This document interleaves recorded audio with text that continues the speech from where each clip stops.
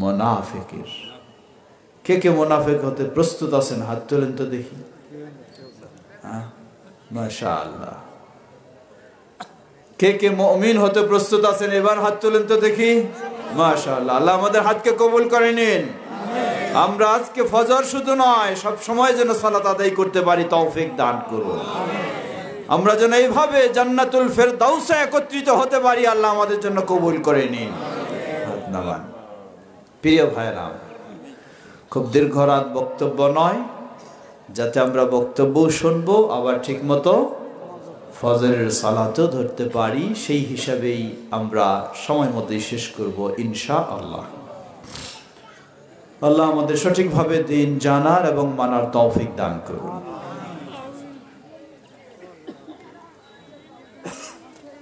ছোট্ট একটি আয়াত পেশ করেছি সূরা নিসা থেকে।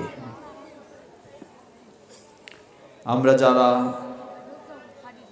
কষ্ট করে এ রাতে বক্তব্য শুনছি, সবাই জান্নাত পেতে চাই না? আল্লাহ সুবহানাহু ওয়া তাআলা এই আয়াতে সুসংবাদ দিলেন। শুধু জান্নাত নয়, এই আয়াতে আল্লাহ রাব্বুল আলামিন দুটি বৈশিষ্ট্যের কথা আলোকপাত করেছেন। যে তার এই পার্থিব জীবনে এই দুটি বৈশিষ্ট্য অর্জন করতে পারবে, আল্লাহ সুবহানাহু ওয়া তাআলা শুধু তাকে জান্নাত নয়, নবী, রাসূল, সিদ্দিক, শহীদদের সাথে একই সাথে জান্নাতে স্থান দান করবেন। সুবহানাল্লাহ। কতই না সৌভাগ্যের বিষয়। আল্লাহ আমাদের জন্য কবুল করে নিন। আল্লাহ আমাদেরকে সেই বৈশিষ্ট্য অর্জন করার তৌফিক দান করুন। প্রিয় ভাইরা আমার, রাজপথে মিছিল করা, স্লোগান দেওয়া আর সঠিকভাবে ইসলাম মেনে চলা এক কথা? এক কথা না। রাজপথে আপনি যদি জীবনও দিয়ে ফেলেন, কিন্তু সঠিকভাবে যদি আপনার ইসলাম অনুসরণ না হয়, তাহলে এই জীবনের সফলতা নেই। বহু রাস্তায় দেখবেন শেষ করে দিচ্ছে মনে হয় জীবন। জিজ্ঞাসা করুন, ভাই তুমি কি প্রতিদিন 5 ওয়াক্ত ফরজ সালাত আদায় করো? দেখবেন মুখ বন্ধ। ঠিক কিনা? মিছিলে স্লোগানে কত আওয়াজ বের হয়, কিন্তু যখন বলবেন ভাই তুমি কি দৈনিক 5 ওয়াক্ত সালাত ঠিকভাবে আদায় করো, আর কথা বের হয় না। অনেক প্রতিবাদ চলে। যদি বলেন ভাই অনেক তো প্রতিবাদ করো, তোমার স্ত্রী বেপরদায় চলে, তুমি কি সেখানে প্রতিবাদ করো? মুখ বন্ধ। ঠিক কিনা? যদি এই হয়, আপনি রাজপথে প্রতিবাদ করতে পারেন, কিন্তু আপনার ঘরে আপনার স্ত্রী বেপরদায় চলে, তার প্রতিবাদ করতে পারেন না, আপনার মতো দুর্বল ইমানদার আর নেই। এমন ইমান নিয়ে জান্নাতের আশা করা কঠিন। সুতরাং শুধু মানুষ দেখানোর জন্য অহংকার দিবেন না, অহংকার দিবেন আল্লাহকে খুশি করার জন্য, অহংকার দিবেন আল্লাহর প্রিয় বান্দা হওয়ার জন্য। তাহলে ইনশাআল্লাহ দুনিয়াতে যাই হোক না কেন, জান্নাতে আমাদের স্থান হবে ইনশাআল্লাহ। নচেত মানুষের সামনে অনেক কিছু করলাম, কিন্তু আল্লাহর কাছে কিছুই নেই। দুনিয়াতে হয়তো অনেক গলাবাজি করতে পারবো, কিন্তু আল্লাহর কাছে আখিরাতে কিছুই পাবো না। আমরা যেন সত্যিকারী ভাবে ইসলাম মেনে চলতে পারি জীবনের সর্বস্তরে, আল্লাহ আমাদের সেই তৌফিক দান করুন। আহলুল হাদিস কি জিনিস? একটু আগেই মাওলানা জাহাঙ্গীর আলম সাহেব তিনি আহলুল হাদিসের কথা, জমঈয়ত আহলে হাদিসের কথা বললেন। আহলুল হাদিস কি জিনিস? আমাদের ভাইদেরকে যদি জিজ্ঞাসা করা হয়, তারা কিভাবে সুন্দর ব্যাখ্যা দেন দেখেন। বলেন কি? আরে জানেন না আহলে হাদিস তো এরা মুসলমান না। কেন? আহলুল হাদিস মানে হলো এরা শুধু হাদিস মানে আর কোরআন মানে না। তো যদি হাদিস মানে আর কোরআন মানে না, আসলে কি সে মুসলিম থাকতে পারে? বাস্তব কথা, সুন্দর যুক্তি, যে শুধু হাদিস মানে কোরআন মানে না। তাহলে যে শুধু হাদিস মানবে কোরআন মানবে না, এটি আমরাও একমত, কি সে মুসলিম নয়। সুতরাং তো আহলে হাদিসরা কি নয়? হ্যাঁ, এবার ঠিক তো নাকি? হ্যাঁ, আমরা কাউকে রাগ করছি না, কাউকে খারাপ বলছি না, কিন্তু বলবো অপব্যাখ্যা করবেন না, ঠিক কিনা? ভুল ব্যাখ্যা করবেন না, মিথ্যা অপবাদ দেবেন না। যদি আপনার জানা না থাকে আপনি জেনে নেবেন, তবু আপনি মূর্খতার পরিচয় দেবেন না। যে বলবেন যে আহলুল হাদিস মুসলমান নয় কারণ তারা হাদিস মানে কোরআন মানে না, আসলে ওই ব্যক্তির কোরআনের কোনো জ্ঞানই নাই, সে কোরআন কি এটাই চিনে না। যদি কোরআন চিনতো তাহলে এই ধরনের অপব্যাখ্যা করে মানুষের মাঝে বিভ্রান্তি ছড়াতো না। তাহলে আহলুল হাদিস কি, ছোট্ট করে একটু পরিচয় দিয়েই আমি যে মূল আলোচনায় সেই আয়াতের আলোকে যাব ইনশাআল্লাহ। এটা কার কিতাব? জোরে বলেন কার? লেখা আছে কোরআন শরীফ। চিনেন না কোরআন শরীফ? হ্যাঁ, এইবার আসুন, একটু লাইন মতো আসতে হবে। কোরআন শরীফ এই নামটা তো আল্লাহ দিয়েছেন, হ্যাঁ দেন নাই? রাসূল সাল্লাল্লাহু আলাইহি ওয়াসাল্লাম তো দিয়েছেন, সাহাবায়ে কেরাম তো দিয়েছেন, ইমাম আবু হানিফা তো দিয়েছেন, ইমাম মালিক, ইমাম শাফিঈ, ইমাম আহমদ বিন হাম্বল। যদি আল্লাহ দেন নাই, রাসূল দেননি, সাহাবায়ে কেরাম দেননি, প্রসিদ্ধ ইমামরা দেননি, তাহলে এই নামটা কে দিল? আর আপনি জানছেন, বুঝছেন এই নামটা আল্লাহ দেননি, রাসূল দেননি, সাহাবায়ে কেরাম দেননি, প্রসিদ্ধ ইমামগণ দেননি, তারপরেও কেন আপনি এই নামটা ব্যবহার করেন? যে এই নামটা দিয়েছে সে এক বিভ্রান্তকারী, আর আপনি জানার পরেও যদি এই নামটা ব্যবহার করেন তাহলে আপনি তার দলের লোক। আপনি যখন জানেন এই নাম আল্লাহ দেননি, জানেন এই নাম আল্লাহ রাসূল দেননি, এটি আশ্চর্যের বিষয়। কিতাব কার? নাম দেওয়ার অধিকার কার? আল্লাহ কি নাম দিয়েছেন? কোরআন করিম, কোরআন মজিদ, কোরআন হাকিম। আল্লাহ সুবহানাহু ওয়া তাআলা এত সুন্দর নাম দিয়েছেন, আর আমাদের মানুষেরা সব নাম বাদ দিয়ে, কেটে দিয়ে নিজের মন মতো মন গড়া নাম দিয়ে দিল কি? কোরআন শরীফ। এত সাহস আপনার কই থেকে? এর মানে হলো আমাদের চর্চাটাই হলো ভুল চর্চা। সব সময় সঠিক জিনিসটা আমাদের পছন্দ হয় না, সঠিকটা আমরা নিতে চাই না। যেটা গোজামিল সেটাকেই আমরা বেশি চাকচিক্য করে সুন্দরভাবে ব্যবহার করি। কি ধরনের কথা দেখুন, শুধু এতটুকু নয়, কোরআন মাজিদ খুলে দেখবেন, আর একটু ভিতরে যাবেন, এটাতে নাই, অনেকগুলিতে রয়েছে। কি রয়েছে? সূরা কয়টা? কয়টা সূরা? 114। এই 114 সূরার 114টা নকশা তৈরি করে দেওয়া হয়েছে। এই নকশাগুলি দিয়ে কি বানাবেন? তাবিজ বানাবেন। নাউযুবিল্লাহ, নাউযুবিল্লাহ। একটু ভিতরে ভয় আসে না? আরে ভিতরে ভয় আসবে কেন? ভিতরে ঈমান থাকলে তো ভয় আসবে।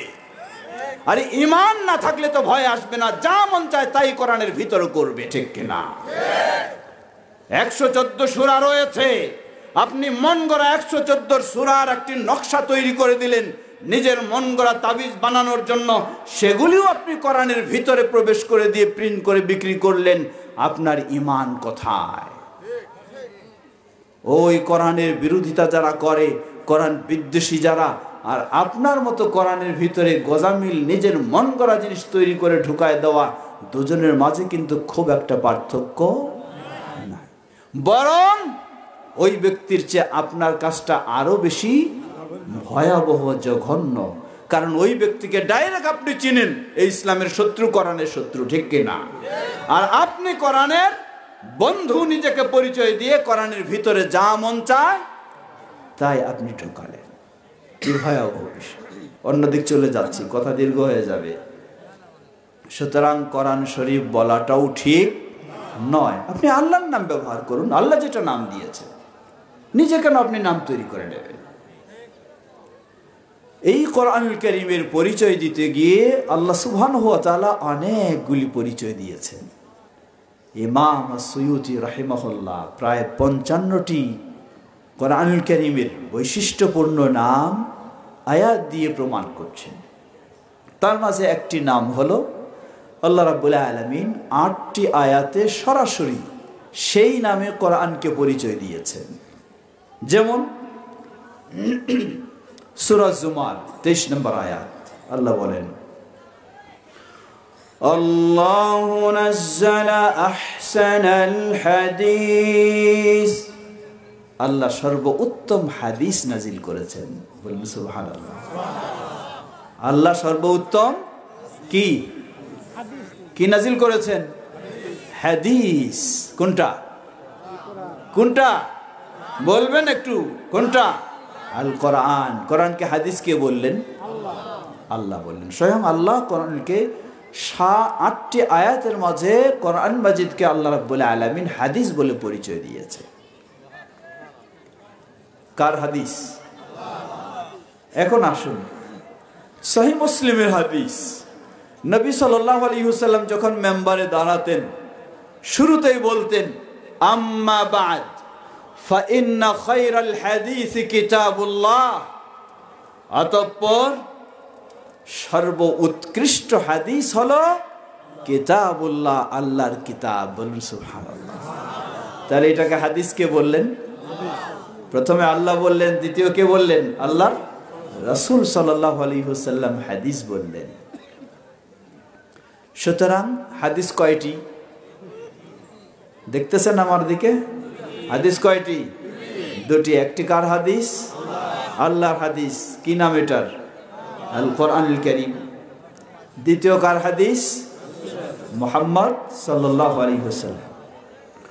যে ব্যক্তি তার আকীদার ক্ষেত্রে, তার আমলের ক্ষেত্রে, তার ইবাদতের ক্ষেত্রে, তার জীবনের ইসলামের প্রতিটি কাজের ক্ষেত্রে কোরআন এবং সহিহ হাদিস মেনে চলার চেষ্টা করে, ওই ব্যক্তি হলো আহলুল হাদিস।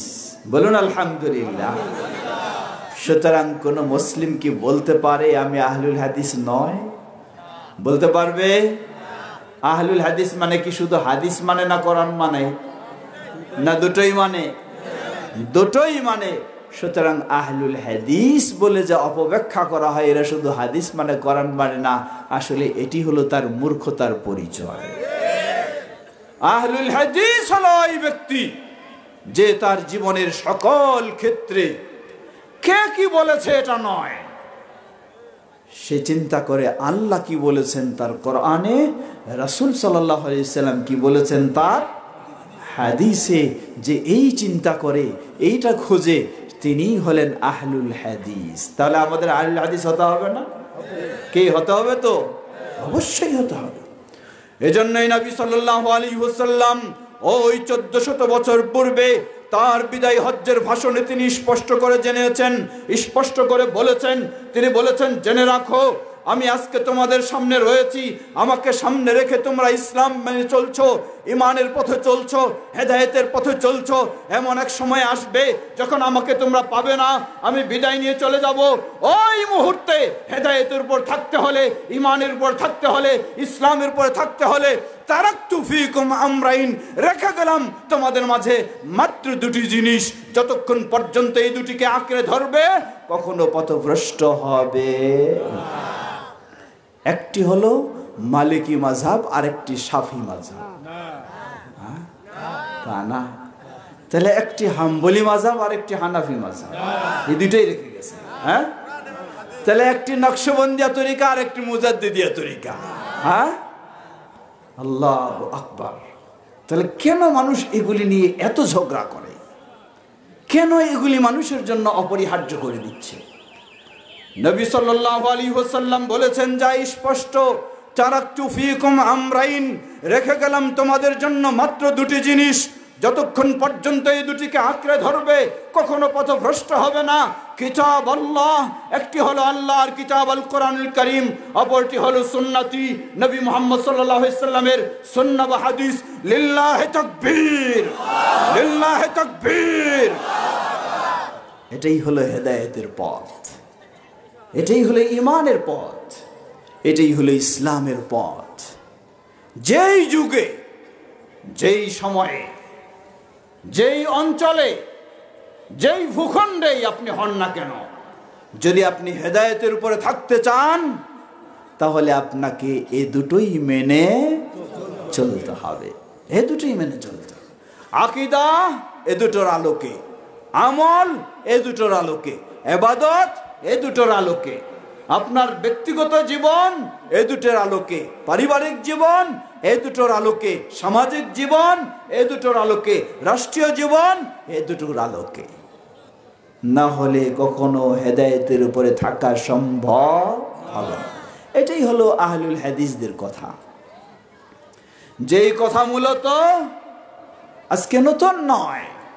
ইমাম আবু হানিফা রাহিমাহুল্লাহর এই কথাই ছিল, ইমাম মালিকের এই কথাই ছিল, ইমাম শাফির এই কথাই ছিল, ইমাম আহমদ বিন হাম্বল রাহিমাহুল্লাহর এই কথাই ছিল। তারাও কিতাব সুন্নাহ মেনেছেন এবং কিতাব সুন্নাহর পথে মানুষকে চলার জন্য নির্দেশনা দিয়েছেন। লক্ষ্য করুন, ইমাম আবু হানিফা রাহিমাহুল্লাহ কত শক্তভাবে বলেছেন। ইমাম আবু হানিফা রাহিমাহুল্লাহ বলেন, জেনে রাখো, ইয়াকা ওয়াল কাউলা ফি দীনিল্লাহি বিররাই। হে আবু ইউসুফ, ইমাম আবু হানিফা রাহিমাহুল্লাহর প্রসিদ্ধ ছাত্র হলেন ইমাম আবু ইউসুফ। তাকে উপদেশ দিতে গিয়ে বলছেন, হে আবু ইউসুফ, জেনে রাখো, আমি তোমাকে সতর্ক সাবধান করছি, আল্লাহর দ্বীনের ব্যাপারে তুমি কখনো মন গড়া কথা বলো না। সুবহানাল্লাহ, কত বড় কথা দেখো। আর আজকে আমরা সেই ইমাম আবু হানিফা রাহিমাহুল্লাহর নাম দিয়ে মন গড়া কথাই শুধু বলে থাকি, অথচ তিনি বলেন, হে আবু ইউসুফ, ইয়াকুব, তোমাকে সতর্ক করছি, ইয়াকা ওয়াল কাউলা ফি দীনিল্লাহি বিররাই ওয়া আলাইকা বিইত্তিবাই সুন্নাহ। তোমার কর্তব্য হলো সর্বদাই রাসূলের সুন্নাহর অনুসরণ করা। মান খারাজা আনহা ফাকাদ দাল্লা। জেনে রাখো, যে রাসূলের সুন্নাহ থেকে বের হয়ে গেছে সে হেদায়েতের উপর থাকতে পারে না, পথভ্রষ্ট হয়ে গেছে। এটি ইমাম আবু হানিফা রাহিমাহুল্লাহর কথা। ইমাম আবু হানিফা রাহিমাহুল্লাহ আরো কত শক্ত করে বলেছেন। তিনি বলেন, জেনে রাখো, আমার কোনো কথা যদি আল্লাহর কথার সাথে বিরোধ হয়, আল্লাহর রাসূলের কথার সাথে বিরোধ হয়, আমার কথাকে ছুঁড়ে মারো, আল্লাহ এবং তার রাসূলের কথাকেই গ্রহণ করো। সুবহানাল্লাহ, এটি ইমাম আবু হানিফা রাহিমাহুল্লাহর কথা। একইভাবে ইমাম মালিক, ইমাম শাফি, ইমাম আহমদ বিন হাম্বল রাহিমাহুমুল্লাহ, তারা সবাই বলেছেন, সুতরাং আল্লাহর কাছে তারা সবাই মুক্ত, কেউ আল্লাহর কাছে অপরাধী নয় ইনশাআল্লাহ। কিন্তু মানুষেরা আজকে সেই ইমামদের নাম দিয়ে অনেক কিছু ছড়িয়ে দিয়েছে, যেগুলি আসলে কখনো সেই ইমামগণ করেন নাই। আজকে আহলুল হাদিসেরা সেটাই বলে। সেই ইমাম আবু হানিফা রাহিমাহুল্লাহর প্রকৃত বক্তব্য মুসলিম উম্মার জন্য যা তিনি করেছেন, আল্লামা আব্দুল্লাহিল কাফি আল কুরাইশি রাহিমাহুল্লাহর একটি মূল্যবান গ্রন্থ ফেরকামন্দি বনাম অনুসরণীয় ইমামদের মূলনীতি আপনি খুলে দেখুন, কিভাবে তিনি ইমাম আবু হানিফা রাহিমাহুল্লাহর প্রতি শ্রদ্ধা প্রদর্শন করেছেন এবং শ্রদ্ধার সম্মানের সাথে তার বক্তব্যগুলি তুলে ধরেছেন, একইভাবে সব ইমামদের।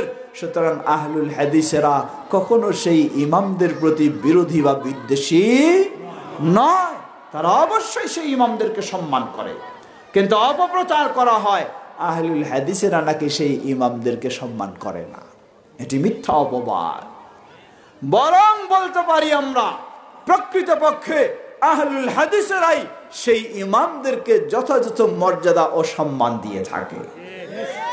বলেন কেন, কেমনে? জবাব, যিনি ইমাম শাফি রাহিমাহুল্লাহর অন্ধ অনুসরণ করেন, তিনি প্রচণ্ডভাবে ইমাম আবু হানিফা রাহিমাহুল্লাহর কি করেন? বিরোধিতা করেন। আবার যিনি ইমাম আবু হানিফা রাহিমাহুল্লাহর প্রচণ্ড অন্ধ অনুসরণ করেন, তিনি কি করেন? ইমাম শাফির প্রচণ্ড বিরোধিতা করেন। কিন্তু কোনো আহলুল হাদিস গোটা বিশ্বে কোথাও খুঁজে পাবেন না যে কোনো ইমামের অন্ধ অনুসরণ করে আবার কোনো ইমামের প্রতি বিদ্বেষ পোষণ করে। কোনো আহলুল হাদিসকে পাবেন না, বরং সব আহলুল হাদিসকে পাবেন ওই ইমামগণ কোরআন এবং সুন্নাহর উপরে ততটুকু তাদেরকে শ্রদ্ধা ও সম্মান সব সময় করে। এজন্য প্রকৃতপক্ষে সেই ইমামদেরকে সম্মান করে আহলুল হাদিসেরা। প্রিয় ভাইরা আমার, আহলুল হাদিসের সাথে কেন আপনি বিরোধ তৈরি করতে চাচ্ছেন? আহলুল হাদিস তো কোনোদিন আপনার শত্রু নয়। আহলুল হাদিস শুধু আপনাকে স্মরণ করে দিতে চায়, একজন মানুষ যখন ইসলাম গ্রহণ করে, ওই যেই বাণী দিয়ে তাকে ইসলাম গ্রহণ করতে হয়, আবার জীবনটা শেষ হলে যেই বাণীর মাধ্যমে তার সমাধি হয়, ওই দুই বাণী স্মরণ করে দিয়ে গোটা জীবনটা যেন ওই দুই বাণীর মাধ্যমেই পরিচালনা করা হয়, এটি শুধু আহলুল হাদিস আপনাকে স্মরণ করে দিচ্ছে। আপনি ইসলাম গ্রহণ করবেন, আপনি বলবেন আশহাদু আল্লা ইলাহা ইল্লাল্লাহু ওয়াহদাহু লা শারীকা লাহু ওয়া আশহাদু আন্না মুহাম্মাদান আবদুহু ওয়া রাসূলুহু। এর অর্থ কি? এর অর্থ হলো এটাই, ইবাদত হবে একমাত্র কার? যারা বলুন কার? ইবাদত হবে একমাত্র আল্লাহর, আর অনুসরণ হবে একমাত্র কার? মুহাম্মদ সাল্লাল্লাহু আলাইহি ওয়াসাল্লামের। এটাই শিক্ষা দিচ্ছে সেই কালিমা শাহাদা, এটাই শিক্ষা দিচ্ছে কালিমা শাহাদা। জীবন শেষ, আমাকে রাখা হবে কবরে, বলা হবে বিসমিল্লাহি ওয়ালা মিল্লাতি ইমাম শাফিঈ। হ্যাঁ, এটা না, তাহলে বিসমিল্লাহি ওয়ালা মিল্লাতি ইমাম আবু হানিফা, এটা তো দিবে। এটাও না, লা ইলাহা ইল্লাল্লাহ। তাহলে কেন এটার জন্য এত ঝগড়া আপনার? কেন এটার জন্য এত যুদ্ধ আপনার? রাখা হবে, আপনাকে বলা হবে বিসমিল্লাহি ওয়ালা মিল্লাতি রাসূলিল্লাহ। সুবহানাল্লাহ, সুবহানাল্লাহ। এটাই যখন বলা হবে, সুতরাং আপনার ইসলাম শুরু হয়েছে। আশহাদু আল্লা ইলাহা ইল্লাল্লাহ ওয়া আশহাদু আন্না মুহাম্মাদুর রাসূলুল্লাহ, এই দুজনের সাক্ষ্য দিয়ে যেমন ইসলাম শুরু হয়েছে, গোটা জীবনটাই সেভাবে চলবে। আবার আপনাকে রাখাও হবে ওই দুইজনের কথা বলেই, বিসমিল্লাহি ওয়া আলা মিল্লাতি রাসূলিল্লাহ। যখন শুরু থেকে শেষ এভাবেই জীবনটা পরিচালনা করবেন, তখনই আপনি হবেন সফল ইনশাআল্লাহ। আল্লাহ আমাদের সকলকে সেই সফলতা দান করুন, আমরা যেন সে পথেই চলতে পারি। আল্লাহ আমাদের তৌফিক দান করুন। প্রিয় ভাইরা আমার, আফসোসের সাথে বলতে হয়, পৃথিবীর বুকে এমনও ইসলামী রাষ্ট্র রয়েছে। কি রয়েছে? ইসলামী রাষ্ট্র। সেই ইসলামী রাষ্ট্রে এই কোরআনকে পরিপূর্ণ কোরআন বলে বিশ্বাস করলে আপনার অস্তিত্ব থাকবে না। আজীব কথা, বুঝবেন একটু বিষয়গুলো। ইসলামী রাষ্ট্র, ইসলামী দেশ, সেই ইসলামী রাষ্ট্রে এই কোরআনকে যদি আপনি পরিপূর্ণ কোরআন বলে বিশ্বাস করতে চান, দাবি করতে চান, তাহলে আপনি সেখানে টিকেই থাকতে পারবেন না। তাহলে এই কেমন ইসলামী রাষ্ট্র? মনে রাখবেন, ইসলামী রাষ্ট্র কায়েম করলেই খালি শান্তি হয়ে যাবে না। ইসলামী রাষ্ট্র হতে হবে কি দিয়ে? কোরআন এবং সহিহ হাদিস দিয়ে। বলবেন যে এটা কেমন কথা, যে এটাকে পরিপূর্ণ কোরআন বললে সেখানে টিকে থাকতে পারা যাবে না? মানে কি? মানে হলো তাদের দাবি হলো এই কোরআন আপনি বলছেন পরিপূর্ণ, এই কোরআনে সূরা মারিয়াম আছে, আছে না? তাহলে কোরআনে সূরা ফাতেমাটা গেল কোথায়? এই কোরআনে সূরা ইউসুফ আছে, আছে না? তাহলে কোরআনে সূরা হাসান গেল কোথায়? এই কোরআনে সূরা মুহাম্মদ আছে, আছে না? তাহলে এই কোরআনে সূরা আলী গেল কোথায়? এগুলি এখনো নাজিল হয় নাই। তাদের সর্বশেষ ইমাম 12তম ইমাম, তার যখন আগমন ঘটবে আরো 10 পারা কোরআন নিয়ে তার আগমন ঘটবে। এই হলো বিশ্বাস কোরআনের প্রতি। আপনি যখন বলবেন এটাই পরিপূর্ণ আর কিছু নেই আর হবে না, এর মানে আপনি তাদের 12তম ইমামকে বিশ্বাস করেন না, আপনি তাদের কাছে মুসলিমও না। শুধু এই নয়, আমার কাছে ভিডিও রয়েছে, দেখতে চাইলে দেখাতে পারি। আর অভিভাষায় কত সুন্দর বক্তব্য, শুনলে অবাক হবেন। তার বক্তব্যে তিনি বলছেন, আমাদের জিহাদ, আমাদের যুদ্ধ, আমাদের সংগ্রাম চলতেই থাকবে। কতদিন? যতক্ষণ না মক্কা মদিনার আওয়াজে শোনা যাবে আশহাদু আন্না আলিয়া ওয়ালিউল্লাহ। এই আওয়াজ যতক্ষণ না মক্কা মদিনার আজানে শোনা যাবে, ততদিন আমাদের যুদ্ধ চলতেই থাকবে। এটা হলো ইসলামী রাষ্ট্রের মানুষদের বক্তব্য। সুতরাং ধোঁকা খাবেন না, ধোঁকা খাবেন না। খালি কেউ ইসলামী বলে দিলেই ইসলামী হয়ে যাবে এমন নয়।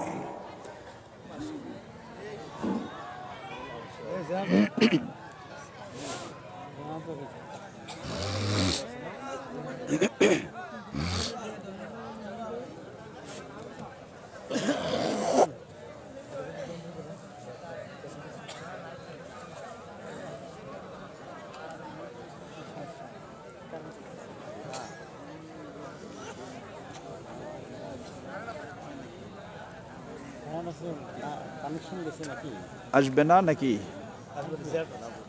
আচ্ছা,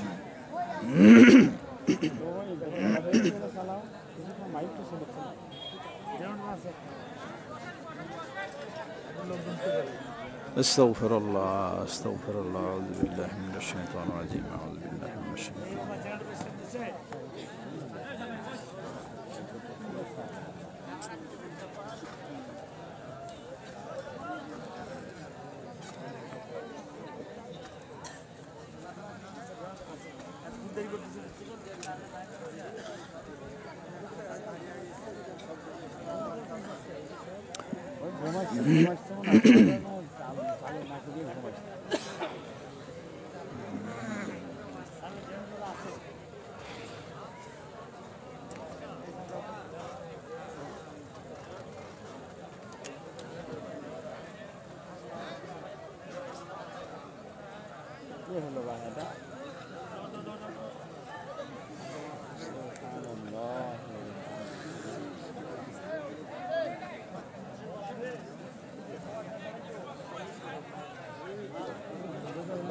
ঘুমাচ্ছে নাকি? লোক পাঠানো বিদ্যুৎ যায় নাই না।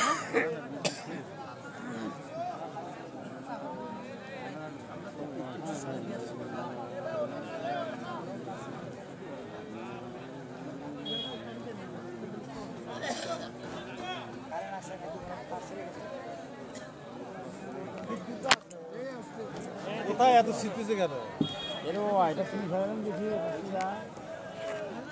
এটা ছিঁড়ে গেছি তো। হ্যাঁ, ছিঁড়ে নিয়ে গলাইছি। আচ্ছা,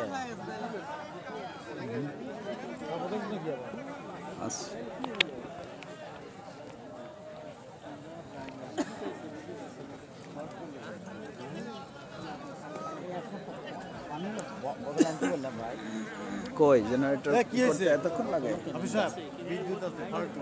না? বন্ধ করে দিছে ইচ্ছা করে, হয়তো অনেক সময় আমাদের বন্ধু থাকতে পারে। মসজিদে গেছি যে বন্ধ করে দেওয়া হয়েছে। হ্যাঁ মসজিদে গেছি যখনই আমাদের মধ্যে আবার বন্ধ করে দিয়ে আবার কি করছে আছে না পোলের মধ্যে পায়খানা লাগিয়ে দিচ্ছে মাঝাবিরা।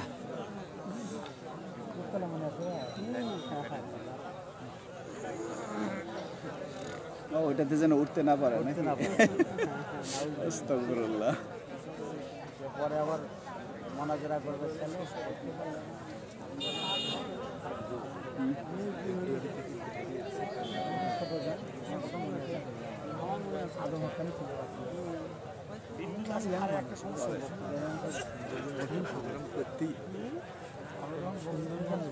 মাঠে একটা প্রোগ্রাম আমাদের ওরা খুবই দরকার। এটা হলো সুন্দরগঞ্জ, এটা তো 11 কিলোমিটার 11 কিলোমিটার। পূর্বে এবং এক কোনা, এরপরে তো আর সুন্দরগঞ্জ নাই। এটা তো সুন্দরগঞ্জের শেষ মাথা। আচ্ছা দেখি, অঞ্চলে 25 কিলোমিটার আছে। চেষ্টা করবো দেখি ইনশাআল্লাহ। যদি ফেব্রুয়ারির শেষ অবধি হয় প্রোগ্রামটা নেব ইনশাল্লাহ। আচ্ছা আমাদের একটু মহব্বত করেন, আমাদের দিকে একটু মহব্বত করেন ইনশাল্লাহ আমরা বেশি হবে। আর দেখি চেষ্টা করবো ইনশাআল্লাহ। এখানে তো অন্য মজাহের লোকেরা আপনার একটু তো প্রচার করছিলাম মুখে মুখে, তোর মুখিয়ে ছিল যে না আসলে উনি আপনার সম্পর্কে তার ধারণা আছে, আমার আছে না, যার ধরুনই একটু মনে মনে সিদ্ধান্ত দেন আমাদের। আচ্ছা দেখি রমজানের আগে আগে আমরা একটা প্রোগ্রাম নেব ইনশাআল্লাহ দেখি।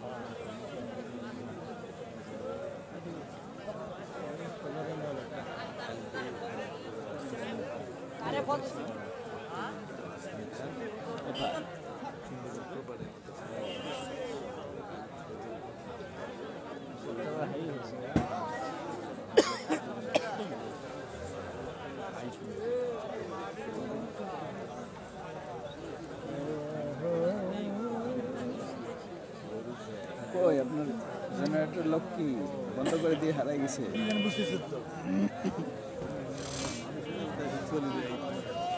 মানুষ তো অর্ধেক চলেই গেল বোধহয়।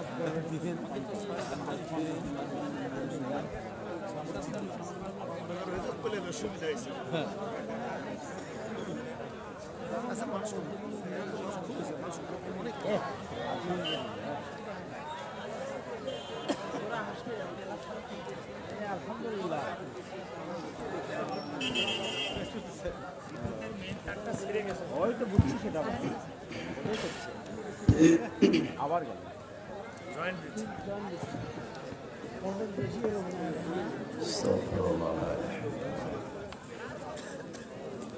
পানি পান তো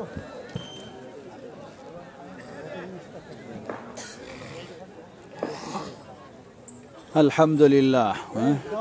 লাইন কানেকশন বন্ধ নাকি? সমস্যা কি হবে না বাবা?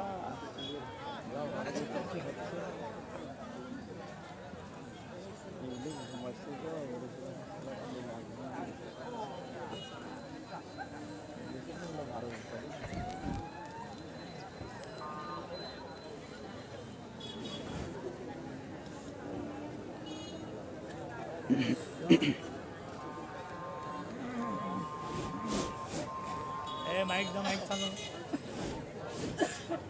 সাউন্ড সিস্টেম আর সেরে গেছে ভাই, বলে কাছে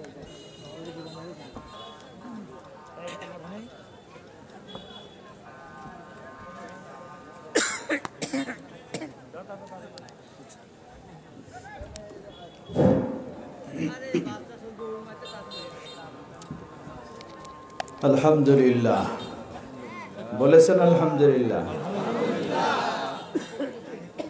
বিপদের সময় কি বলতে হয় বলেন তো? কিন্তু আমাদের মানুষেরা ইন্না নিল্লাহ বলে না। কি বলে?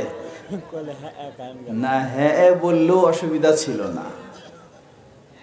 বিপদে আমাদের ভাই বললেন যে হ্যাঁ বলে, যে হ্যাঁ বললেও অসুবিধা ছিল না। বলে ও বা ও মা। ও মা মানে কি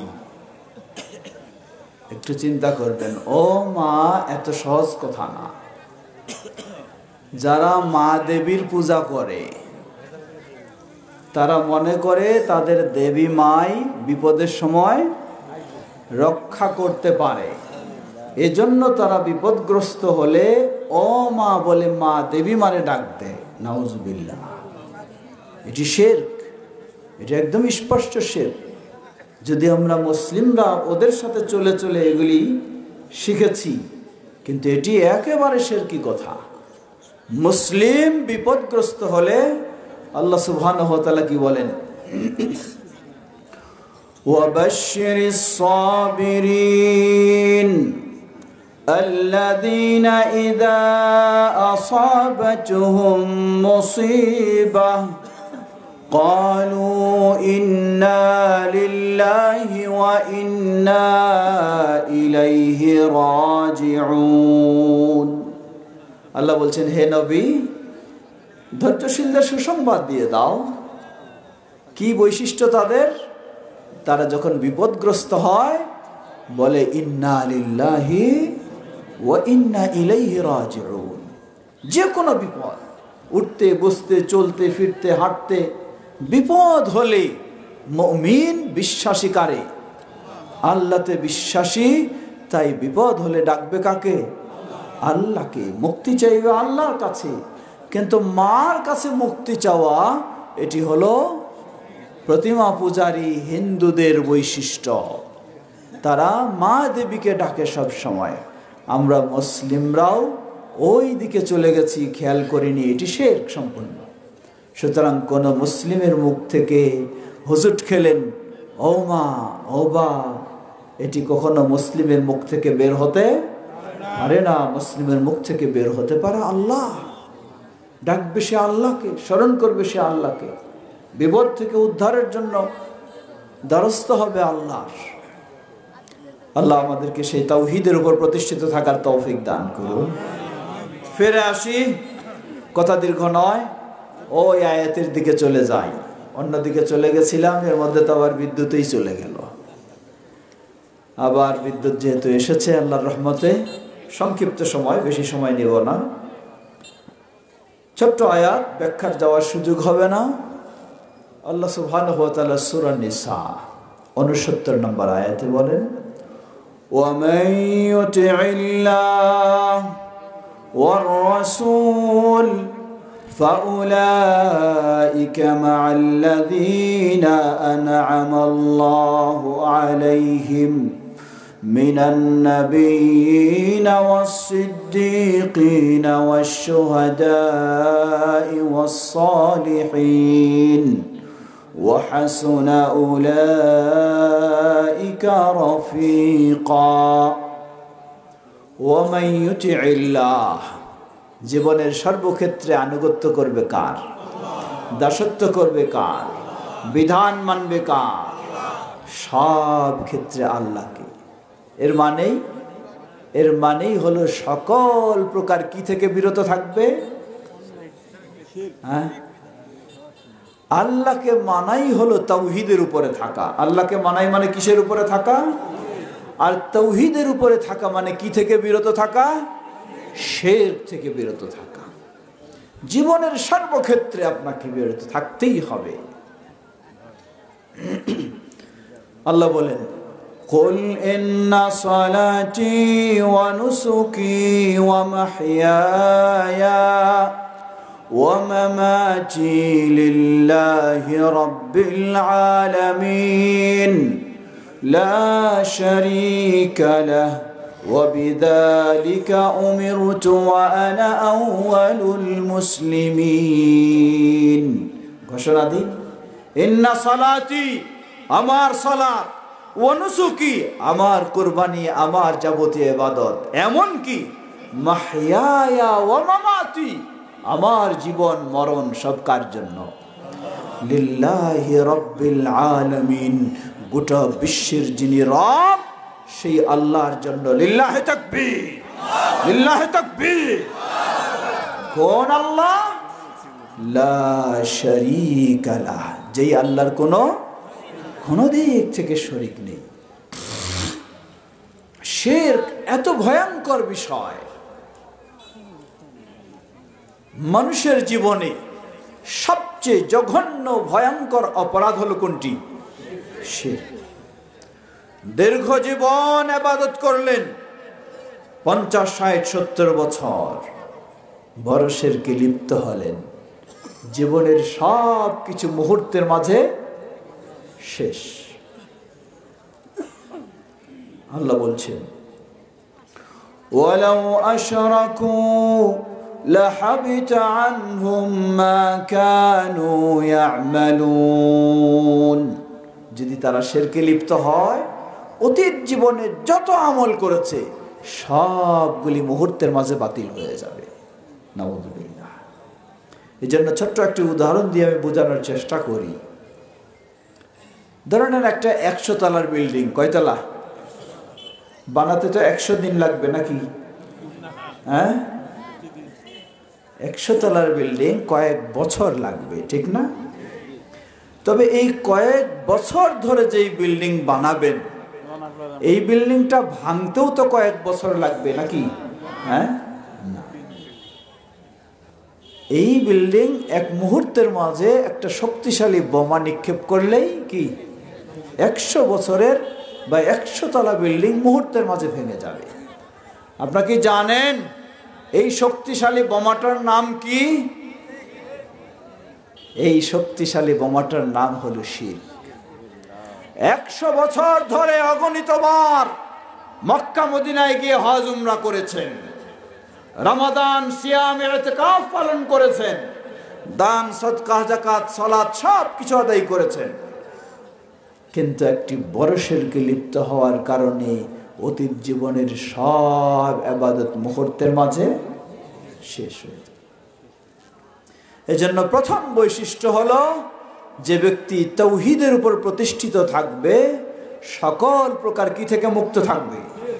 শিরক থেকে মুক্ত থাকবে। এটি হলো প্রথম বৈশিষ্ট্য। এই জন্য আহলুল হাদিসেরা সবসময় তাওহীদের কথা বলে এবং শিরক থেকে বিরত রাখার কথা বলে। وَمَن يُطِعِ اللَّهَ وَالرَّسُولَ। অতঃপর দ্বিতীয় বৈশিষ্ট্য হলো, জীবনের সকল ক্ষেত্রে অনুসরণ করবে কাকে? রাসূলকে।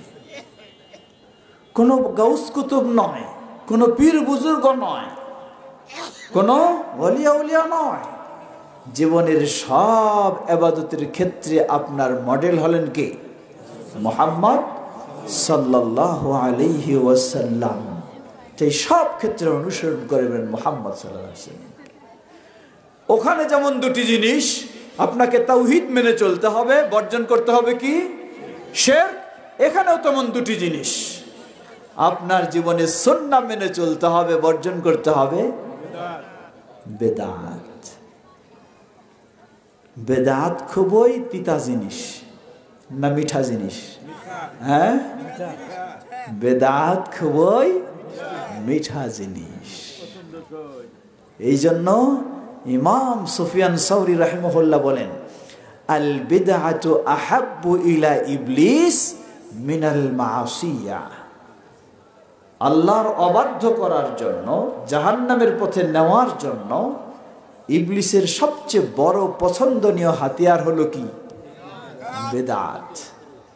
কারণ একজন মানুষ চুরি করলে, ডাকাতি করলে, নেশা করলে, তার যখন স্বাভাবিক অবস্থা ফিরে আসে, সে আল্লাহর কাছে অনুতপ্ত হয়, তওবা করতে চায় যে হে আল্লাহ, আমি অন্যায় কাজটা করেছি। কিন্তু কেউ বেদাতে লিপ্ত হলে সে মৃত্যু পর্যন্ত কোনোদিন তওবা করতে চায় না। কারণ সে মনে করে আমি কি কাজ করতেছি? আমি সওয়াবেরই কাজ করে যাচ্ছি। কোনোদিন সে এটা থেকে তওবা করতে চিন্তাও করে না। ওই বেদাতের মধ্য দিয়ে সে বিদায়ী হয়ে যায়। আর আল্লাহর রাসূল সাল্লাল্লাহু আলাইহি ওয়াসাল্লাম বলেছেন, কুল্লু বিদআতিন দালালা। সকল বেদাত হলো পথভ্রষ্টতা, সকল বেদাত হলো গুমরাহি।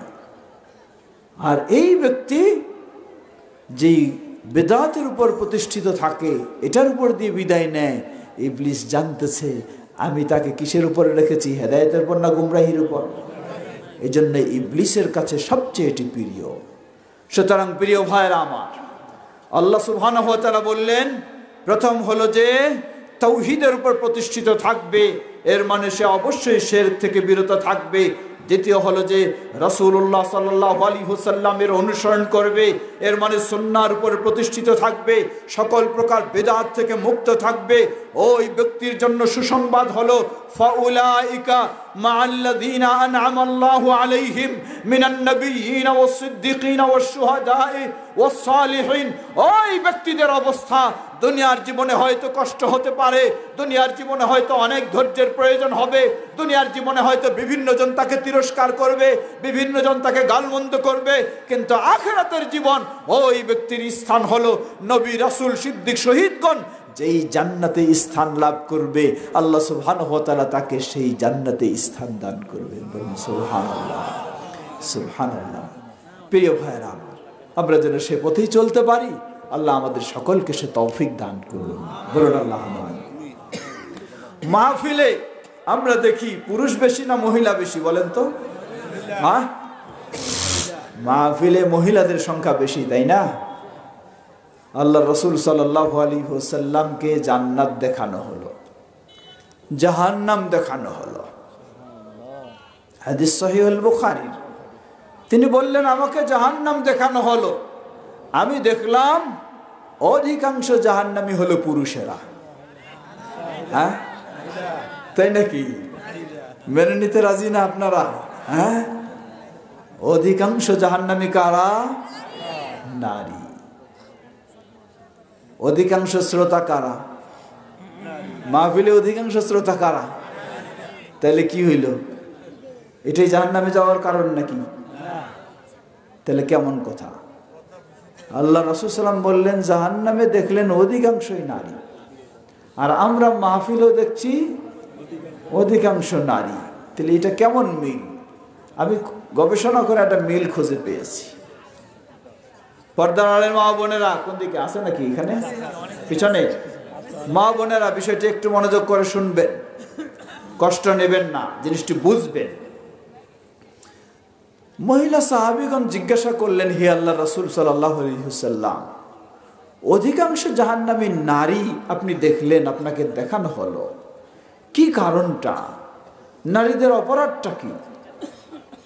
বললেন অপরাধ অনেকগুলি, তার মাঝে হলো ইয়াকফুরনাল আশির, তারা তাদের স্বামীর প্রতি অকৃতজ্ঞ বেশি, স্বামীর প্রতি অকৃতজ্ঞ বেশি, স্বামীর প্রতি কৃতজ্ঞতা নাই, স্বামীর প্রতি ভালো আচরণ নেই।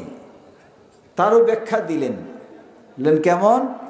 বললেন, তোমার স্ত্রীকে যদি তুমি 10 বছর ধরেও যা চায় তাই দিয়ে আসো, একদিন যদি না দিতে পারো, বলে ফেলে তোমার কাছে জীবনে কিছু পাইলাম না। খুব খুশি, একটু দেখাবো খুশি আপনাদের, দাঁড়ান আসতেছে। তো এই ব্যাখ্যা দিলেন, এতে কি বোঝা গেল?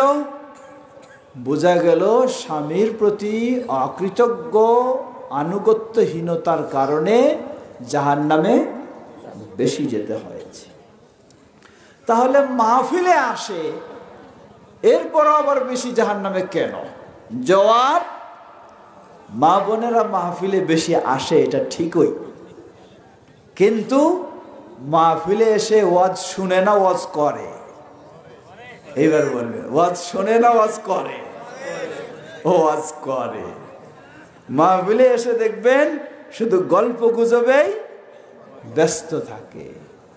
কে কি রান্না করলো, কে কি খাইলো, কার জামা কাপড় কিরকম, কার স্বামী কিরকম, কার আত্মীয় স্বজন কিরকম, এটা নিয়েই দেখবেন এ নিয়ে ব্যস্ত। এখানেও যেন বক্তার আনুগত্য নেই, বক্তার কথা শোনে না। তাই এটাও কি হয়, একই লাইনের কোনো কাজে আসে না। আমরা দোয়া করব, আল্লাহ তৌফিক দান করুন। এখন আরেকটা প্রশ্ন করি আপনাদের, খুব তো খুশি হলেন, জান্নাতে পুরুষ বেশি না নারী বেশি? এইবার বলেন। এইবার দেখা যাবে দূর কথায় আপনাদের। আগে তো খুব খুশি হইলেন যে জাহান্নামে নারী বেশি, এইবার জান্নাতে পুরুষ বেশি না নারী বেশি? পর্দার আড়ালের মা বোনেরা ভালো করে শুনবেন, হাদিস সহিহ, আল্লাহ রাসূল সাল্লাল্লাহু আলাইহি ওয়াসাল্লাম বলেন, যেসব পুরুষ জান্নাতি হবে তাদের জন্য হুর তো থাকবেই, কিন্তু প্রতিটি হুর ব্যতীতই প্রতিটি পুরুষের জন্য জান্নাতে 2 জন করে স্ত্রী হবে। সুবহানাল্লাহ। এর মানে কি? জান্নাতে যদি 1 লক্ষ পুরুষ যায়, নারী কয় লক্ষ? 2 লক্ষ। দ্বিগুণ, এখানেও দ্বিগুণ। বলুন আলহামদুলিল্লাহ। পর্দার আলের মা বোনেরা সুসংবাদ নিয়ে নিন, আলহামদুলিল্লাহ। জাহান্নামে শুধু বেশি নয়, জান্নাতেও বেশি। তবে মনে রাখতে হবে, আপনি যদি আয়েশা রাদিয়াল্লাহু আনহার অনুসারী না হতে পারেন তাহলে জান্নাতি হওয়ার আশা করা যাবে না। মডেল হিসাবে কোনো গায়িকা, নায়িকা, নর্তকী নয়। মডেল হিসাবে হতে হবে উম্মুল মুমিনিন আয়েশা রাদিয়াল্লাহু আনহা, মডেল হিসাবে হতে হবে ফাতেমা রাদিয়াল্লাহু আনহা। তাহলে তাদের স্থান যেমন জান্নাতে, আপনারও স্থান হবে সেই জান্নাতে ইনশাআল্লাহ। ইসলাম জান্নাতের নারী কেন বেশি? ইসলাম নারীদের জান্নাতে যাওয়াটাও সহজ করে দিয়েছে না কঠিন? সহজ করে দিয়েছে। বলুন আলহামদুলিল্লাহ। আল্লাহ রাসূল সাল্লাল্লাহু আলাইহি ওয়াসাল্লাম বলেন, আইয়ু ইমরাআতিন সাল্লাত খামসাহা, কোন মুসলিম নারী যদি দিনরাত 24 ঘন্টায় কয় ওয়াক্ত সালাত? 5 ওয়াক্ত সালাত আদায় করে। ইদানিং আমাদের সমাজে একটি ভয়ঙ্কর ফিতনা এসেছে, বলে 5 ওয়াক্ত সালাত আর দরকার নাই, 3 ওয়াক্ত। এরপরে বলে 3 বারও যাওয়ার আর দরকার নাই। এরপরে বলে এইভাবে সালাত আদায় করারও দরকার নাই। এই লোকেরা খুব সহজভাবে আপনাকে বোঝানোর চেষ্টা করে। কি বলে? বলে যে এই যুগে হাদিস মানা যাবে না, মানতে হবে শুধু কোরআন। এই বলে আপনাকে কোরআন থেকেও বের করে নিয়ে আসে, ইসলাম থেকেও বের করে নিয়ে আসে। ঠিক কিনা? আমরা বলবো, কেউ যদি বলে কোরআন মানি, তাহলে সে রাসূলের হাদিস মানতে বাধ্য, তাকে মানতেই হবে। যদি হাদিস না মানে সহিহ প্রমাণিত হওয়ার পরেও, তাহলে নিশ্চয়ই সে কোরআনও মানে না, সে কখনো মুসলিম হতে পারে না। অতএব যারা তথাকথিত কোরআনী বা তথাকথিত আহলে কোরআন, এক বাক্যে আপনি চিনে নেবেন তারা মুসলিম নয়, তারা ইসলামের শত্রু, মুসলিমদের শত্রু। মুসলিমদেরকে সুকৌশলে কোরআনের দোহাই দিয়ে ইসলাম থেকে বের করার ষড়যন্ত্রে তারা লিপ্ত। ফিরে আসি, আল্লাহ রাসূল সাল্লাল্লাহু আলাইহি ওয়াসাল্লাম বললেন, কোন মুসলিম নারী যদি দিনরাত 24 ঘন্টায় 5 ওয়াক্ত সালাত আদায় করে, ওয়াসামাত শাহরাহা, রমাদানের সিয়াম পালন করে, ওয়াহাফিজাত ফারজাহা, এবং বেপরদায় চলে। হ্যাঁ, এইবার খবর আছে। বলে কি জানেন? ওয়াজ করবেন, করেন 2টা বাদ দিয়ে। কয়টা বাদ দিয়ে? একটা হলো পর্দা, আরেকটা কি? আরেকটা হলো জর্দা। হ্যাঁ, এর মানে বেপরদায় চললে কিছু কথা বলা যাবে না, জর্দা খাইলেও কিছু কথা বলা যাবে না। দুটোই হারাম, দুটোই হারাম। বেপরদা তো হারাম সবাই জানি। কোরআন সুন্নাহর অসংখ্য দলিল, তামাক, জর্দা, বিড়ি, গোল, সিগারেট সব হারাম, অসংখ্য দলিল। সুতরাং আপনি যদি অভ্যস্ত, আগে খেয়ে ফেলেছেন, না জানে না বুঝে, আপনি জানলেই সাথে সাথে আল্লাহর কাছে তওবা করুন, ইনশাআল্লাহ আল্লাহ ক্ষমা করবেন। কিন্তু জানার পরেও আপনি কখনো অন্যায়ের উপরে অটল থাকতে পারেন না। প্রিয় ভাইরা আমার, তৃতীয় বৈশিষ্ট্য, ওয়াহাফিজাত ফারজাহা, মুসলিম নারী শরীয়ত সম্মত হেজাবের মাধ্যমে তার সতীত্ব সংরক্ষণ করে। চতুর্থ, ওয়া আতাআত বালাহা, বেশি বেশি জাহান্নামে যাওয়ার কারণ হলো স্বামীর সাথে ভালো আচরণ না করা। আর এই হাদিসে বললেন, চতুর্থ বৈশিষ্ট্য হলো স্বামীর সাথে ভালো আচরণ করে। এই 4টি বৈশিষ্ট্য যদি কোনো মুসলিম নারীর মাঝে পাওয়া যায়, ওই মুসলিম নারীকে কিয়ামতের কঠিন বিভীষিকাময় দিনে তাকে বলা হবে, কিল লাহা দুখুলিল জান্নাতি বিআইয়ি বাবিন শি'তি। দুনিয়ার জীবনে কষ্ট করে 5 ওয়াক্ত সালাত আদায় করেছো, সিয়াম পালন করেছো, কত কষ্ট করে পর্দার সাথে জীবন যাপন করেছো, তোমার স্বামীর সাথে ধৈর্য ধারণ করে ভালো আচরণ করেছো, যার বদৌলতে তোমার জন্য আজকে পুরস্কার হলো তোমার সামনে জান্নাতের সব দরজাগুলিকে খুলে দেওয়া হয়েছে। যেই দরজা দিয়ে ইচ্ছা হয় তুমি সেই দরজা দিয়ে জান্নাতে প্রবেশ করো। সুবহানাল্লাহ, সুবহানাল্লাহ। মা বোনদের জন্য কত সহজ। মা বোন কে? মেয়েরা কে? হয় আমার মা, অথবা আমার স্ত্রী, অথবা আমার মেয়ে, অথবা আমার বোন, এর বাইরে কেউ নয়। আমি কি চাই না এভাবে আমার মাকে সুসংবাদ দেওয়া হোক? অবশ্যই। তাহলে সন্তান হিসাবে আমার দায়িত্ব মাকে সহযোগিতা দেওয়া, ভদ্রভাবে মাকে সালাত না পড়লে সালাতের কথা বলা, স্মরণ করে দেওয়া, পর্দায় না চললে বোঝায় সেটি পর্দানশীল বানানো। আমার দায়িত্ব সন্তান হিসেবে মাকে সহযোগিতা দেওয়া। আমার দায়িত্ব আমার স্ত্রীকে সেভাবে গড়ে তোলা।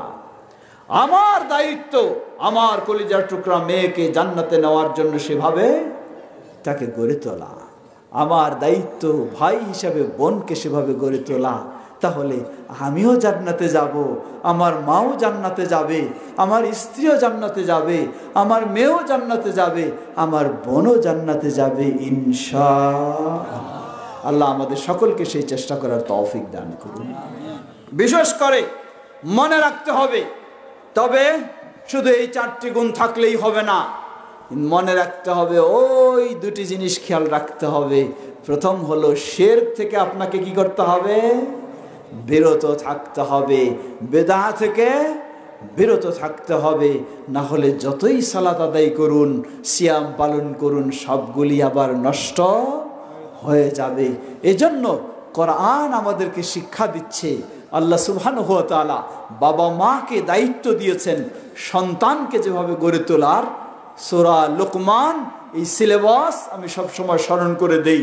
প্রতিটি বাবা মাকে অনুরোধ জানাবো কমপক্ষে 13 থেকে 19 পর্যন্ত এই আয়াতগুলি পাঠ করবেন, অনুবাদগুলি জানবেন। সেই অনুযায়ী নিজের সন্তানকে যদি গড়ে তোলার চেষ্টা করেন, তাহলে এই সন্তান হবে আপনার আদর্শ সন্তান, যেই সন্তান আপনাকে জান্নাতের পথে সহযোগিতা দেবে ইনশাআল্লাহ। আল্লাহ শিক্ষা দিচ্ছেন, আল্লাহ বলছেন, وَإِذْ قَالَ لُقْمَانُ لِابْنِهِ وَهُوَ يَعِظُهُ يَا بُنَيَّ لَا تُشْرِكْ بِاللَّهِ إِنَّ الشِّرْكَ لَظُلْمٌ عَظِيمٌ। স্মরণ করুন সেই সময়ের কথা যখন লোকমান তার কলিজার টুকরা প্রিয় বৎসকে উপদেশ দিতে গিয়ে বললেন, হে প্রিয় বৎস, লা তুশরিক বিল্লাহ, তুমি কখনো আল্লাহর সাথে শিরকে লিপ্ত হয়ো না। ইন্না শিরকা লাযুলমুন আযীম, নিশ্চয়ই শিরক হলো মহা অন্যায়, মহা অপরাধ। প্রিয় ভাই আমার, আজকে আমাদের যে মাদ্রাসার আয়োজন, আজকে এই মাহফিল সম্মেলন সালাফিয়া মডেল মাদ্রাসা, এই মাদ্রাসা আমরা মনে করি এটি হলো সেই মাদ্রাসা যেই মাদ্রাসায় শিক্ষা দেওয়া হয় তৌহিদের আলোকে, শিরক মুক্ত শিক্ষা দেওয়া হবে সুন্নাহর আলোকে, বেদাতের মুক্ত, বেদাত মুক্ত। তাই আমাদের প্রতিটি মানুষের দায়িত্ব প্রথম হলো এই মাদ্রাসায় আমাদের সন্তানদের দেওয়া, ঠিক কিনা? অতঃপর আর্থিকভাবে বিভিন্নভাবে আমাদের উচিত এই মাদ্রাসাকে সহযোগিতা করা। করবো তো ইনশাআল্লাহ? অসংখ্য মাদ্রাসা রয়েছে, মাদ্রাসার প্রতি আমরা সবাই দুর্বল, কিন্তু আপনার ওই মাদ্রাসায় যদি শিরকের চর্চা হয়, ওই মাদ্রাসায় যদি বেদাতের চর্চা হয়, তাহলে আল্লাহ সুবহানাহু ওয়া তাআলা আপনাকে ওই মাদ্রাসায় সহযোগিতা দেওয়া নিষিদ্ধ করেছেন। আল্লাহ সুবহানাহু ওয়া তাআলা বলেন, ওয়া তাআওয়ানু আলাল বিররি ওয়াত তাকওয়া ওয়া লা তাআওয়ানু আলাল ইসমি ওয়াল উদওয়ান। তাকওয়ার কাজে, কল্যাণের কাজে সহযোগিতা দাও, গুনাহের কাজে, বিদ্বেষের কাজে সহযোগিতা দিও না। মাদ্রাসায় যদি শিরকি চিন্তা হয়, পীর পূজারি হয় ইত্যাদি সব থাকে, মাদ্রাসায় যদি সেই ওই খতমখানি কুলখানি যত রকমের বেদাতি চর্চা হয়, তাহলে সেই মাদ্রাসায় সহযোগিতা দেওয়া মানে প্রকারান্তরে সেই বেদাতকে প্রতিষ্ঠিত করার জন্য সহযোগিতা দেওয়া। আল্লাহ আপনাকে ওখানে সহযোগিতা দিতে নিষেধ করেছে। তাই স্মরণ করে দিতে চাই, একদিকে কর্তৃপক্ষকে বলবো আমাদের এই মাদ্রাসার যেমন নাম আপনারা দিয়েছেন সালাফিয়া মডেল মাদ্রাসা, সেভাবেই যেন সালাফি প্রকৃত হাদিসের মাদ্রাসা হয়। দ্বিতীয়, আপনাদের সকলকে বলবো যখন সেভাবেই হবে তাওহীদ ও সুন্নাহর আলোকে আমাদের জন্য অপরিহার্য এর সহযোগিতা দিতেই হবে। আপনি কখনো কোনোভাবে এর বিরোধিতামূলক আচরণ করতে পারেন না। আল্লাহ আমাদের সবাইকে সে তৌফিক দান করুন। বিশেষ করে আপনাদেরকে স্মরণ করে দিতে চাই, বাংলাদেশ জমিয়তে আহলে হাদিস এই জাতীয় মাদ্রাসাগুলিকে মান উন্নয়নের জন্য, শিক্ষার মান সুন্দর করার জন্য একটি বোর্ড গঠন করেছে। বলুন আলহামদুলিল্লাহ। বাংলাদেশ আহলে হাদিস তালিমি বোর্ড, এই বোর্ডের অধীনে প্রায় 850 মাদ্রাসা রয়েছে। বলুন আলহামদুলিল্লাহ। আপনি সুন্দর সিলেবাস চান, এই মাদ্রাসায় সিলেবাস, এই বোর্ড সিলেবাস দিবে আপনাকে। আপনি সুন্দর পাঠ্যপুস্তক চান, এই বোর্ড আপনাকে পাঠ্যপুস্তক প্রস্তুত করে দেবে। শিক্ষকের প্রশিক্ষণ বা বিভিন্ন, বর্তমান এই বোর্ডের অধীনে 4 স্তরের পরীক্ষা চলছে। দাওরা হাদিসের বোর্ড পরীক্ষা চলছে, ইন্টার লেভেল সানবিয়া সেটির বোর্ড পরীক্ষা চলছে, এসএসসি লেভেল মুতাওয়াসসিতা সেটির বোর্ড পরীক্ষা চলছে। যারা হেফজ শুধু রয়েছে সেই হাফেজদেরও বোর্ড পরীক্ষা চলছে। কারণ হাফেজ এই মাদ্রাসাগুলি অনেক সময় দেখা যায় নিজের মতো হাফেজ বাইর করে দেয়। দেখা যায় যে 6 মাস পরে হাফেজ সাহেবের কি সব ভুলে যায়। তা আসলে নিজের মতো বাইর হলো না কি হলো, এই জন্য বোর্ড আমাদের ব্যবস্থা নিয়েছে। একটি বোর্ডের পরীক্ষায় তাকে পাশ করলে তারপর আপনি তাকে ছেড়ে দেবেন। তাহলে আমিও অনুরোধ জানাবো আপনাদের ছাত্রদেরকেও সেই বোর্ড পরীক্ষায়, জানি না অংশগ্রহণ করে কিনা, আমাদের গাইবান্ধাতেও বোর্ড পরীক্ষা হচ্ছে, সেই আমাদের সেই বোর্ডের অধীনে সেই আলোকে আপনারা নিয়ে আসার চেষ্টা করবেন এবং বোর্ডের সিলেবাস অনুযায়ী পড়ানোর চেষ্টা করবেন। তাহলে একটি লাইন মতো পড়বে ইনশাআল্লাহ। আর সকলকে বলবো, আপনি যদি চান আদর্শ সন্তান, আপনার সন্তান সন্ত্রাসী হবে না, আপনার সন্তান নেশাগ্রস্ত হবে না, আপনার সন্তান মাদকাসক্ত হবে না, আপনার সন্তান আপনার জন্য আল্লাহর কাছে রব্বির হামহুমা কামা রব্বায়ানি সগীরা বলে দোয়া করবে। এটি যদি চান তাহলে আপনার সন্তানকে কমপক্ষে প্রাইমারি লেভেল তাকে মাদ্রাসায় আপনি পড়াবেন। সে একদিক দিয়ে মানুষ হবে, একদিক দিয়ে আদর্শ সন্তান হবে। অপর পক্ষে যদি আপনার সন্তানকে আপনি নাস্তিক বানিয়ে ফেলতে চান, আপনি বোখাটে বানিয়ে ফেলতে চান, তাহলে আপনি যা ইচ্ছা চাই করতে পারেন। অসংখ্য প্রমাণ আজকে আমাদের দেশেও এখন কি হচ্ছে, বৃদ্ধাশ্রম তৈরি করতে হচ্ছে, তাই না? কারণটা কি? বৃদ্ধ বাবা মার ঘরে আর আশ্রয় নেই, জায়গা নেই। কেন নেই? কারণ হলো এটা, আপনার সন্তানকে ইসলাম যে বৃদ্ধ বাবা মার প্রতি সদাচরণের শিক্ষা দিয়েছে সেই শিক্ষা আপনি দেননি। তাই আমরা চেষ্টা করব আমাদের সন্তানদেরকে এই ধরনের ভালো প্রতিষ্ঠানে সুন্দরভাবে যেন কমপক্ষে মৌলিক তার শিক্ষাটা তৈরি হয়, সেই চেষ্টা করব। আল্লাহ আমাদের সকলকে সে তৌফিক দান করুন। আপনাদের ছোট্ট করে একটি দাওয়াত জানাচ্ছি, আগামী 7 এবং 8 ফেব্রুয়ারি, কত? 7 এবং 8 ফেব্রুয়ারি ঢাকা আশুলিয়া বাইপাইলে সেই ইন্টারন্যাশনাল কনফারেন্স অনুষ্ঠিত হবে, যেখানে পৃথিবীর বিভিন্ন দেশ থেকে আন্তর্জাতিক ইসলামী স্কলারগণ আসবেন। বাংলাদেশ জমিয়ত আহলে হাদিসের সেই মহাসম্মেলন আগামী 7 ও 8 ফেব্রুয়ারি জুমা এবং শনিবার অনুষ্ঠিত হবে। সেখানে আপনাদেরকে দাওয়াত জানাচ্ছি। সেই ক্যাম্পাসেই গড়ে উঠেছে আল্লামা ডক্টর মোহাম্মদ আব্দুল বারী রাহিমাহুল্লাহর দীর্ঘদিনের স্বপ্ন, international Islami university of science and technology. সেই ইউনিভার্সিটিতে একদিকে ইসলামী শিক্ষা, অপরদিকে টেকনোলজির শিক্ষা। যারা সদ্য এইচএসসি পাশ করেছে, ইন্টার পাশ করেছে বা আলেম পাশ করেছে, তাদের সেখানে সুন্দর পরিবেশে সুন্দর শিক্ষার ব্যবস্থা রয়েছে।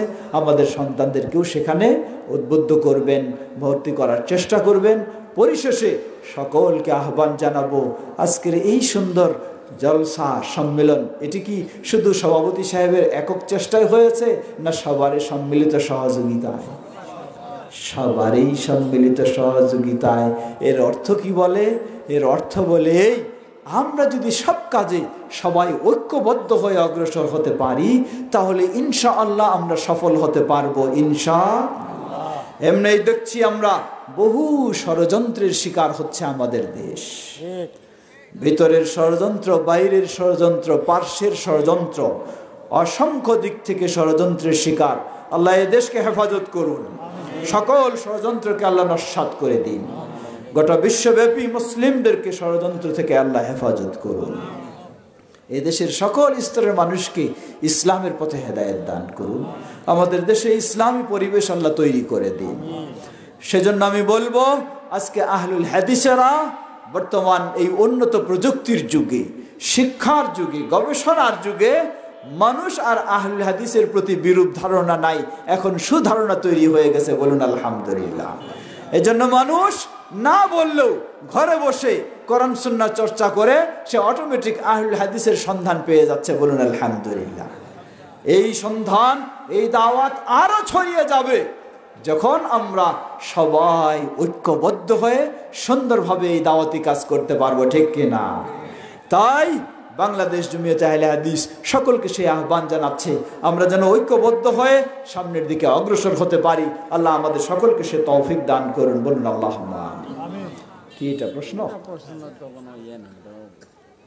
প্রশ্ন উত্তর সময় অনেক দীর্ঘ হয়ে গেছে, শুধু একটি প্রশ্নের জবাব দিয়ে শেষ করব। একটি, আল্লাহ তাআলা সর্বশক্তিমান, তিনি প্রত্যেক মানুষের অতীত, বর্তমান ও ভবিষ্যৎ নিয়ে আগেই অবগত থাকেন।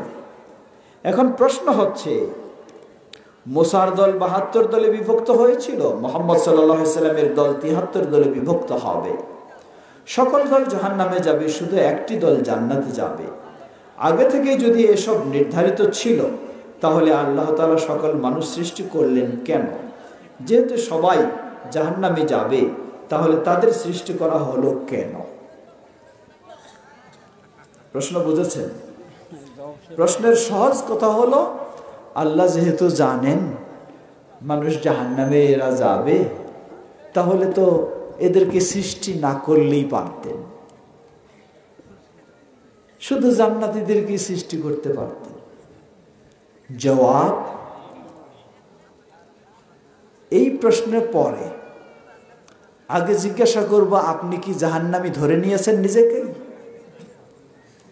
কথাটা বুঝবেন, বুঝেছেন? যিনি এই প্রশ্ন করেছেন উনি নিজেকে আগে কি ধরে নিয়েছেন? জাহান্নামী ধরে নিয়েছেন।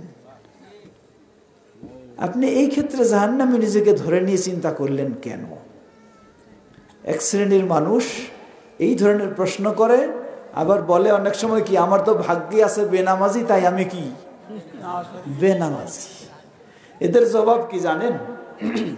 এদের জবাব হলো, এটা কোন মাস? অগ্রহায়ণ মাস চলছে না, এরপর পৌষ মাস, তারপরে মাঘ মাসের শীত তো বেশি। এই মাঘ মাসের যখন কনকনে শীত হবে, পুকুরের পানিতে এই লোকটাকে ডুবাবেন। সে ডুবে থাকতে চাইবে নাকি? তারে বলবেন, কেন উঠতে চাচ্ছ? বলো তোমার ভাগ্যেই আছে পানিতে ডুবে থাকা, ডুবে থাকো। থাকবে ডুবে, তখন উঠতে চাইবে। আরে বেকুফ, তুমি কষ্ট করে থাকলে সেখান থেকে বাঁচতে চাও, তাহলে তুমি নিজের জাহান্নামের পথটা কেন বেছে নিতে চাচ্ছ? তোমার যদি বিবেক থাকে, ইবলিসি চিন্তা থেকে মুক্ত হও, তুমি জান্নাতের পথ বেছে নেওয়ার চেষ্টা করো। সুতরাং এই ধরনের চিন্তাগুলি নিজের মাথায় স্থান দেওয়া উচিত নয়। আল্লাহ সুবহানাহু ওয়া তাআলা মানুষকে সৃষ্টি করেছেন, মানুষকে বলেন নাই তুমি বাধ্য জাহান্নামে যাবে। মানুষকে আল্লাহ রাব্বুল আলামিন ইচ্ছা শক্তি দিয়েছেন, তার সামনে বর্ণনা দিয়ে দিয়েছেন, এই হলো জান্নাতের পথ, এই হলো জাহান্নামের পথ। তোমাকে জান্নাতের জন্য যাওয়ার, জান্নাতের কাজ করার নির্দেশ দিচ্ছি, আর এটা তোমাকে নিষেধ করছি। এরপরেও মানুষ যখন অবাধ্য হয়ে যায়, তখনই তাকে কোন দিকে যেতে হয়? জাহান্নামের দিকে। সুতরাং আল্লাহর বাধ্য হওয়ার চেষ্টা করুন, অবাধ্য হওয়ার চেষ্টা করবেন না। আল্লাহ আমাদের তৌফিক দান করুন। কথা আর দীর্ঘ না করে আর যাইতে চাই না। জুমার শেষ প্রশ্নের শেষ জবাব, জুমার আজান একটা না দুইটা? জবাব, জুমার আজান একটা, দুইটা, দুটোই সঠিক। বলবেন কেমনে? ভালো করে শুনবেন। আমাদের কিছু গরম বক্তা আছে, আসে মাহফিলে গরম বক্তব্য দিয়ে চলে যায়, সে চলে গেল, হাদিয়াটা দিয়ে নিয়ে চলে গেছে। পরের দিন কি দুই গ্রুপ নিয়ে মসজিদ ভাঙাভাঙি মারামারি শুরু হয়ে যায়, তারে আর খুঁজে পাওয়া যায় না। আমরা সমাজ নিয়ে চলি, সমাজকে সঠিক জিনিসটাও জানাতে হবে, আবার তাদেরকে বিশৃঙ্খলায় ফেলে দেওয়া যাবে না। জবাব,